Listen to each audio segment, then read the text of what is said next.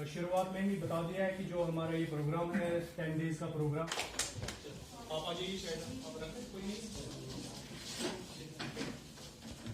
बेरोजगार लड़कियां थी जिनको हमने ट्रेनिंग दी है 10 दिन, इनको हमने प्रैक्टिकली भी सिखाया कैसे अपना जैम बना सकते हैं, जेली बना सकते हैं, पिकल्स बना सकते हैं और उसको बनाने के बाद कैसे उनको मार्केटिंग कर सकते हैं, अपनी यूनिट जनरेट कर सकते हैं और बाकियों को भी रोजगार दे सकते हैं।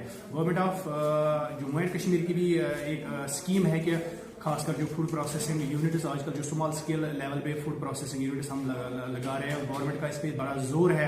इसी जिम्मन में हमने इस ट्रेनिंग को भी चुना है और उस ट्रेनिंग को दिया है और इसीलिए कि ये बाद में जो बेरोजगार लड़कियां हैं ये अपना यूनिट खुद लगाए। और सर इस स्कीम को लेके हम बहुत खुश हैं। इधर हमारा 10 दिन का ये ट्रेनिंग हुई है SHG प्रोग्राम के तहत, तो हमें इधर खुशी महसूस हुई है। हम पढ़ लिख के मैंने ग्रेजुएशन की है लेकिन कोई जॉब का कुछ नहीं है वो सरकार की तरफ से। ये जो हमारा इधर प्रोग्राम चला है इधर हम बहुत खुश हैं। हमें ये ऐसा लगा कि जैसे हमें जॉब प्रोवाइड की गई है, तो इससे हम बहुत खुश हैं। हमें फ़ायदा भी हुआ है कि हमारे जो जेम हमने बनाने का इधर सीखा है, अचार बनाने का सीखा है, जो हम बाजार से लेते हैं वो हम घर में अपने बच्चों को बना के हम क्या करेंगे, बच्चों को देंगे।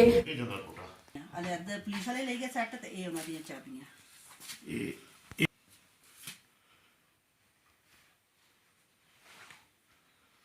ये चाबियां उन्होंने दी। ये चीज है कि एक सब ब्याह किसी बंदे छोटा बच्चा कोई होवे ते उरी बांह छां जरा ये उतरेगा जिते पाएगा ये उन्हां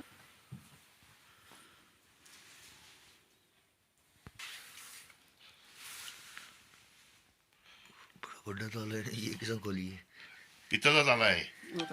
वो सेफ वो खोले ये सेफ हुन बंद की तरह उस लॉकर ये खुला ये ट्रंक खाली होया इस सारे कटिए बाहर सकते सब पूरा पुलिस वाले ने उन्होंने कपड़े रखे ने और ट्रंक खाली होया ये सारी उन्होंने खोली थी। ये सारी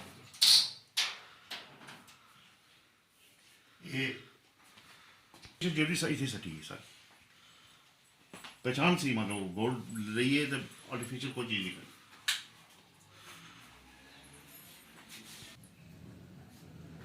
नाज़रीन आप देख सकते हैं किस तरह के प्रोफेशनल चोर थे कि जिन्होंने इतनी पहचान थी उनको कि आर्टिफिशियल ज्वेलरी जो है वो वहीं छोड़ गए और चांदी का सामान था वो भी यहीं छोड़ गए केवल, और यहाँ से सोना ही जो है सोना और पैसे को लूट के ले गए। आए दिन पुलिस के लिए काफ़ी परेशानी बनती जा रही है ये पुंछ शहर में जो चोरियाँ लगातार हो रही हैं।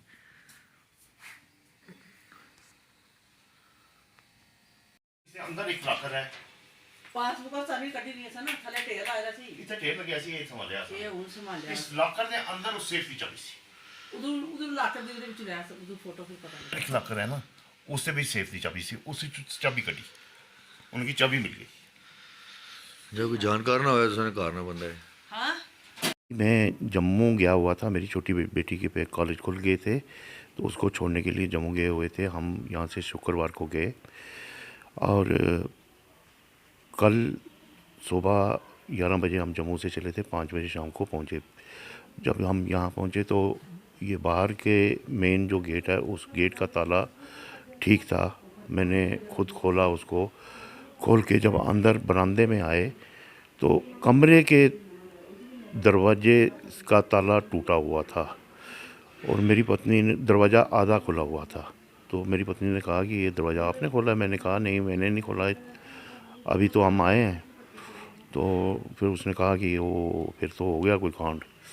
तो फिर मैं 5-4 मिनट बाहर ही खड़ा रहा। मैंने सोचा पहले पुलिस को इन्फॉर्म करूं। तो फिर मैं अंदर गया तो सब अलमारियां, लॉकर, हमारे घर में एक पुराना सेफ था वो सेफ भी खुल गया, उसको भी तोड़ा। चोर जो आए थे वो चाबियां साथ लेके आए थे, कई किस्म की चाबियां उनके साथ थी, सेट पूरे चाबियों के साथ लेके आए थे। तो वो लगभग कोई 7-8 तोले सोना और 7-8 हज़ार रुपये का नुकसान हो वो लेके गए।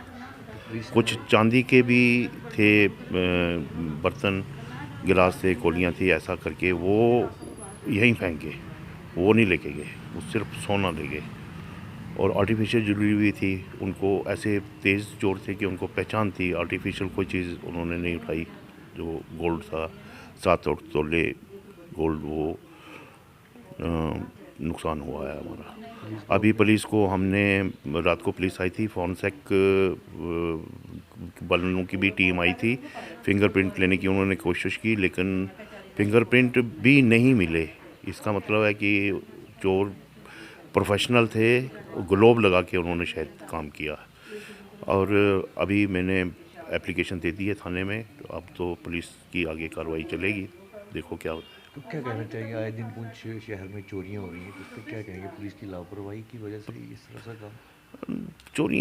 चोरों के भी बहुत गैंग हैं, पता नहीं कैसे हैं, कुछ बाहर के भी, दूसरे प्रदेशों के लोग भी तो पुंछ में बहुत है। अब यहाँ के लोकल हैं या बिहारी हैं, उड़ीसा है, पुलिस तो कर रही है अपनी तरफ से, कुछ पकड़ते भी हैं, इन्वेस्टिगेशन तो पुलिस कर रही है, लापरवाही तो नहीं करती इतनी पुलिस। देखो इस केस में क्या होता है।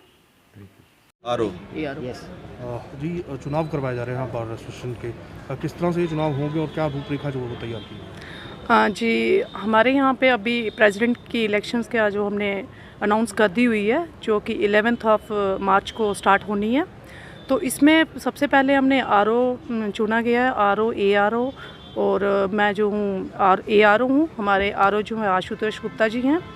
तो आज ही हमने एक नोटिस निकाला हुआ है जिसमें हमने ये डिसाइड करा है कि जो नॉमिनेशंस होंगे प्रेसिडेंट, सेक्रेटरी और ट्रेजरर के, वो 2 मार्च से स्टार्ट हो जाएंगे। उसके बाद जो फॉर्म जो है विड्रॉल की डेट जो वो 3 मार्च को रखी गई है, और स्क्रूटनी की जो डेट है वो 4 मार्च को रखी है। तो फाइनली जो इलेक्शंस हैं वो 11 मार्च को रखे गए हैं। तो हमारी बार में तो इस इलेक्शंस को लेके हर साल बड़ा ज़ोर शोर से हम ये इलेक्शन जो है परफॉर्म करते हैं।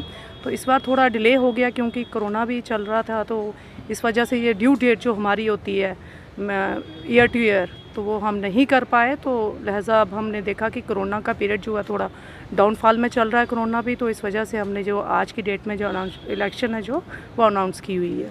लगभग कितने वोटर हैं जो इस इलेक्शन? हमारे अप्रॉक्सीमेटली 140 के अबव जा रहे हैं। तो सभी की जो एनरोलमेंट हो चुकी है, जो उनकी ड्यू फीस होती है पर ईयर की, वो भी हमारे यहाँ पे जमा हो चुकी है।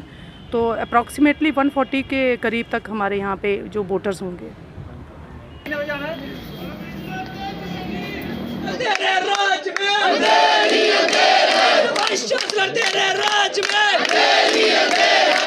ये लगभग 1 महीने से अपनी मांग लेकर यहाँ पर प्रदर्शन कर रहे हैं और ये मांग करते हैं कि ऑनलाइन एग्जाम्स के पेपर लिए जाएं। इनकी क्लासेस ऑनलाइन लगाई गई हैं, तो इनके पेपर ऑनलाइन क्यों नहीं लिए जा रहे हैं? जो वाइस चांसलर है क्लस्टर यूनिवर्सिटी का, जो क्लस्टर यूनिवर्सिटी का वाइस चांसलर कुलपति महोदय बच्चन लाल जी, वो क्यों ऊपर कुर्सियों पर बैठे हुए हैं, ऐसी कमरों की हवा खा रहे हैं जहाँ पर विद्यार्थी प्रदर्शन कर रहे हैं। कल भी प्रदर्शन हुआ, इन्होंने 2 दिन की मोहलत ली थी विद्यार्थियों से, लेकिन अभी तक कोई निर्णय क्यों नहीं निकाला गया?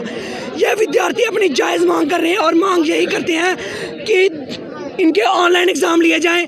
और जो क्लस्टर यूनिवर्सिटी है, चाचा भतीजे का परिवारवाद चला रही है, कह रही है कि जम्मू यूनिवर्सिटी अगर ऑर्डर निकालेगी तो क्लस्टर यूनिवर्सिटी का यहाँ पे नोटिस निकलेगा। क्यों भाई, क्लस्टर यूनिवर्सिटी बनाई क्यों है? अगर ये अपने हकों के लिए विद्यार्थियों के आवाज़ नहीं बुलंद कर सकती तो इस यूनिवर्सिटी को बंद कर देना चाहिए। और ऐसे जहाँ पे छात्रों का हनन होगा वहाँ पर विद्यार्थी इकट्ठा होकर इसका विरोध करेंगे। और यही मांग करते हैं माननीय एलजी साहब से कि जल्द से जल्द इसका नोटिस निकाला जाए। धन्यवाद। प्रतीक रहना। 3rd सेमेस्टर की हूँ मैं, और हमें ऑनलाइन एग्ज़ाम चाहिए। हम एक दिन पहले भी यहाँ पे आए थे कि हमें ऑनलाइन एग्ज़ाम चाहिए, तो वीसी सर ने बोला कि अगर जम्मू यूनिवर्सिटी ऑनलाइन एग्ज़ाम्स लेगी तो हम आपके लेंगे। हम जम्मू यूनिवर्सिटी में थोड़ी पढ़ते हैं, हम क्लस्टर के हैं। तो जब हम यहाँ 3 दिन से हम बोल रहे हैं तो हमारी मांगे क्यों नहीं पूरी हो रही?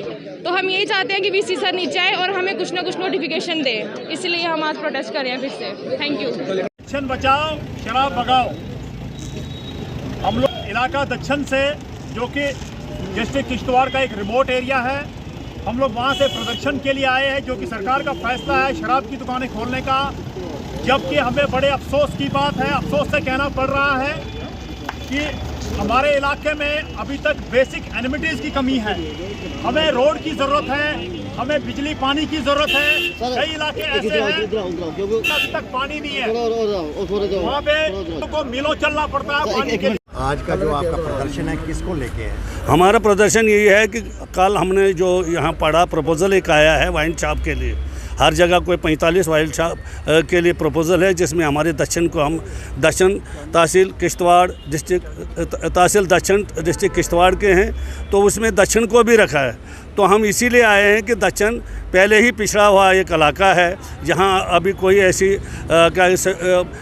ना एजुकेशन है, ना रोड है, ना बाकी क्या कहते हैं इम्यूनिटीज़ हैं जो वहाँ के लोगों को सुधारे। तो हम सरकार से कॉलेज मांगते हैं, सरकार से रोड मांगते हैं, बिजली मांगते हैं, वहाँ के लिए ITI मांगते हैं, ताकि वहाँ के बेरोज़गार बच्चे जो हैं वहाँ उनको एम्प्लॉयमेंट मिले। अगर वहाँ शराब की दुकान खोली जाए तो हमारे बच्चे जो है गलत क्या कहते हैं सोसाइटी में पड़ जाएंगे और हमारा समाज बिगड़ जाएगा। हम ये नहीं चाहते हैं कि वहाँ शराब की दुकान हो।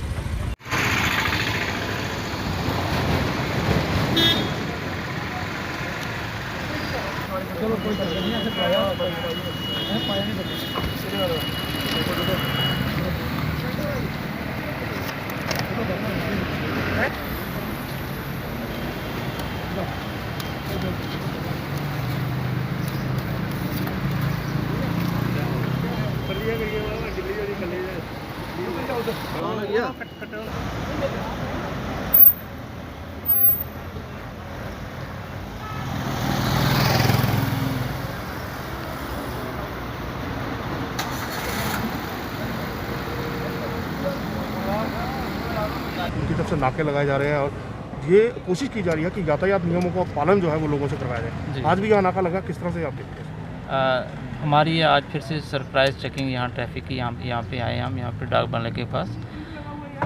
वायलेशन दिनों दिन कम हो रही है, लेकिन फिर भी काफ़ी सारे लोग जो हैं ट्रैफिक रूल्स को पालन नहीं कर रहे हैं, उसको फॉलो नहीं कर रहे हैं। हमारी कोशिश ये रही है कि मैक्सिमम से मैक्सिमम लोगों को अवेयर किया जाए कि ट्रैफिक रूल्स को फॉलो करें, उसकी वायलेशन ना करें। आज सुबह से हम यहाँ नाके पे हम देख रहे हैं यहाँ पे कितने वायलेटर्स जो हम सुबह से जिनको हमने यहाँ पे चलान किए और प्रॉपर फाइन किए हैं। लोगों से ये गुजारिश है कि ये आपकी सेफ़्टी के लिए हैं, पैसेंजर की सेफ़्टी के लिए हैं। गाड़ियों के डॉक्यूमेंट्स जो हैं प्रॉपर अपनी पोजीशन में रखें। जो भी ट्रैफिक पुलिस या ट्रैफिक वाले या पुलिस वाले आपसे डॉक्यूमेंट्स जो हैं वो तलब करते हैं, आप उनको प्रॉपर अपने डॉक्यूमेंट्स दिखाएं और अपनी पोजीशन में डॉक्यूमेंट्स रखें। जिस तरह से अब लगातार सरकार द्वारा संशोधन किए जा रहे हैं और कहीं ना कहीं ट्रैफिक नियमों में थोड़ी सी ढील जो है वो और दी जा रही है। जिस तरह से अगर ड्राइविंग लाइसेंस की हैवी लाइसेंस की बात की जाए तो वो LMD वाला जो है उसमें प्रावधान दिया कि वो भी चला सकते हैं। तो क्या लगता है कहीं ना कहीं अब जिस तरह से संशोधन हो रहे हैं कानून में, तो अब लोगों को और ज़्यादा समझना होगा इसको और जो नियम जो है उनका पालन जो है वो करना होगा। नियम का पालन और दी जा रही है। जिस तरह से अगर ड्राइविंग लाइसेंस की हैवी लाइसेंस की बात की जाए तो वो LMD वाला जो है उसमें प्रावधान दिया कि वो भी चला सकते हैं। तो क्या लगता है कहीं ना कहीं अब जिस तरह से संशोधन हो रहे हैं कानून में, तो अब लोगों को और ज़्यादा समझना होगा इसको और जो नियम जो है उनका पालन जो है वो करना होगा। नियम का पालन बहुत ज़रूरी है। और जैसे आपने जो लाइसेंस की बात की है यहाँ पे, उसके लिए प्रॉपर एक टेस्ट रखा गया है RTO ऑफिस में। टेस्ट परेड के बाद ही उसके बाद उसको अलो किया जाता है। लेकिन कहीं ना कहीं जो लोग पैसेंजर गाड़ियाँ हैं, ड्राइवर अपॉइंट करते हैं, ड्राइवर रखते हैं, उनसे पहले ये इंश्योर करना चाहिए कि उसके पास एक वैलिड ड्राइविंग लाइसेंस है और उसको गाड़ी चलानी आती है। उसके बाद ही पैसेंजर व्हीकल या कमर्शियल व्हीकल अपने उसको दे ड्राइवर को। अदरवाइज़ ये मुश्किल हो जाता है। कई बार गाड़ियाँ जो है इंश्योर्ड नहीं होती हैं तो ऐसे ही चलती हैं। अगर मान लो कहीं एक्सीडेंट हो जाता है तो किसी को वो क्लेम भी नहीं मिलने वाला। इसलिए अगर आपकी डॉक्यूमेंट्स आपकी पोजीशन में हैं, वैलिड डॉक्यूमेंट्स हैं, तो पैसेंजर को भी कोई ये ख़तरा नहीं रहता कि मान लो कुछ हो जाता है, कुछ घटना हो जाती है तो उनके परिवार को, उनको बाकी को क्लेम तो मिल सकता है। लेकिन जब आप गाड़ी आपकी इंश्योर्ड भी नहीं होगी तो उनको क्लेम भी नहीं मिलने वाला। इसलिए मेरे लोगों से ये गुजारिश है कि अपने डॉक्यूमेंट्स प्रॉपर रखें और ट्रैफिक रूल्स का जो है वो आप कॉलेज यहाँ पे साथ में पढ़ता है, कॉलेज भी खुल गए हैं, अब स्टूडेंट्स काफ़ी रैश चलाते हैं, लेकिन इसमें सबसे बड़ा कसूर पेरेंट्स का रहता है जी। आपकी तरफ से क्या मैसेज रहेगा पेरेंट्स के लिए? देखिए, उसमें ट्रैफिक जो रूल्स हैं उसमें ये है कि अगर कोई माइनर चलाता हुआ मिल जाता है, वायलेटर मिलता है, तो उसके प्रोसीडिंग जो है गार्डियन, नेचुरल गार्डियन के अगेंस्ट जो है वो इनिशिएट की जाती है। हमारे पास काफ़ी सारे केसेस हैं जिनमें जो है माइनर्स जो हैं वो गाड़ी वायलेटर पकड़े गए हैं चलाते हुए, उनके पास वैलिड लाइसेंस भी नहीं है, तो उनके पेरेंट्स के अगेंस्ट जो है हम प्रोसीडिंग लॉन्च करते हैं और हमारे पास काफ़ी केसेस चल रहे हैं। तो पेरेंट्स से ये गुजारिश रहेगी कि जब तक आपका बच्चा माइनर है तब तक आप उसको गाड़ी ना दें, वैलिड ड्राइविंग लाइसेंस बनने के बाद ही बच्चे को गाड़ी दें। और ये इंश्योर करें कि जब बच्चा घर से निकल रहा है उसके प्रॉपर डॉक्यूमेंट्स हैं, उसका हेलमेट है, सीट बेल्ट डाली है, तभी घर से बच्चे को बाहर निकलें कि वो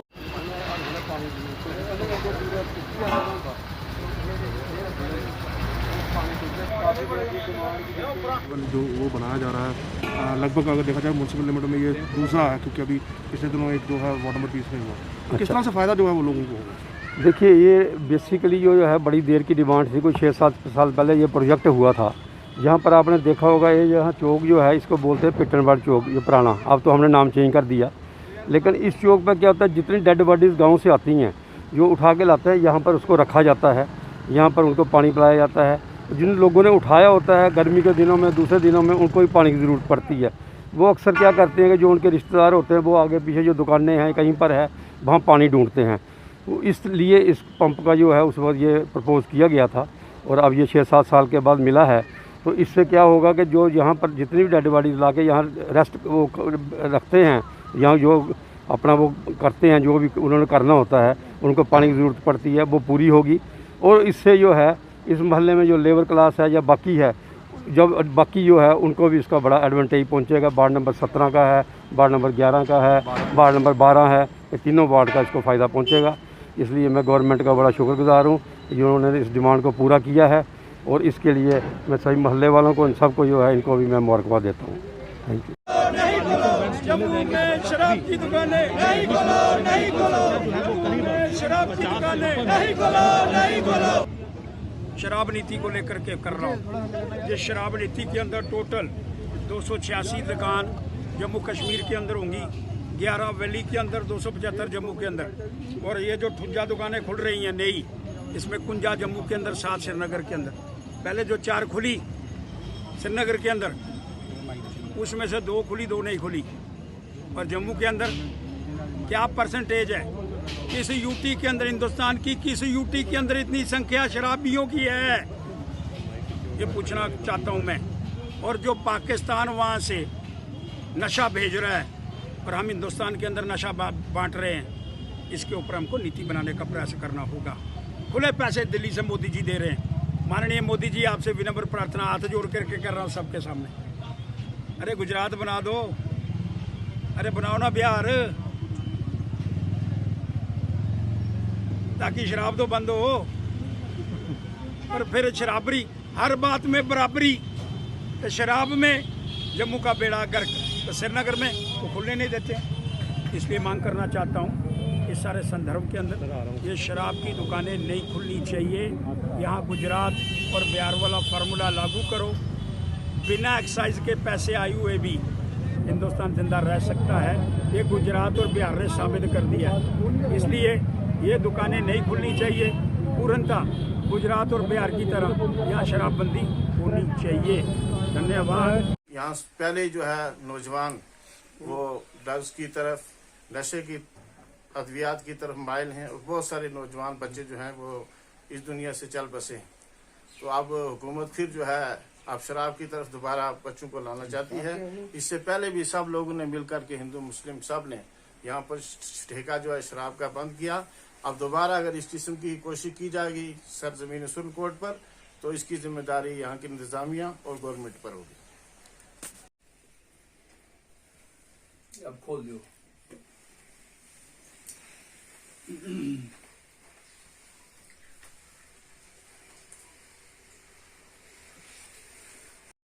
पेंडिंग वेजेस रिलीज करो, पेंडिंग वेजेस रिलीज करो, डेली वेजर को पकड़ा करो, डेली वेजर को पकड़ा करो, पेंडिंग वेजेस रिलीज करो, नाइंसाफी को छोड़ दो, नाइंसाफी को बंद करो।